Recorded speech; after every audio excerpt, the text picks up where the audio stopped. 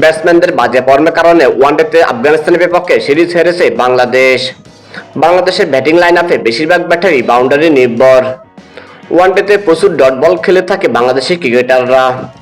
Strike rotation অনুযায়ী প্রতি বলে বলে সিঙ্গেল কিংবা ডাবল নিয়ে খেলতে পারেন না বেশিরভাগ ব্যাটারি। যে দলটা একসময় বিশ্বের বাঘা দল ভারত, অস্ট্রেলিয়া কিংবা ইংল্যান্ডকে ওয়ানডেতে হারিয়েছিল, সেই দলটাই এখন আফগানিস্তানের বিপক্ষে নিয়মিত সিরিজ হারছে। ওয়ানডেতে বাংলাদেশের এমন অবনতি দেখে বাংলাদেশকে নিয়ে সমালোচনা করছে বেশিরভাগ সাবেক ক্রিকেটারই।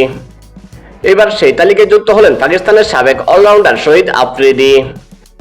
পাকিস্তানের এক গণমাধ্যমকে দেওয়া সাক্ষাৎকারে শহীদ আফ্রিদি বাংলাদেশকে নিয়ে বিস্ফোরক মন্তব্য করেন। তিনি বলেন, বাংলাদেশের বর্তমান ব্যাটিং লাইন আপ বেশ দুর্বল। বাংলাদেশের বেশিরভাগ ব্যাটারি স্ট্রাইক রোটেশন অনুযায়ী খেলতে পারে না। তাছাড়াও বাংলাদেশের পাইপলাইনও বেশ দুর্বল রয়েছে।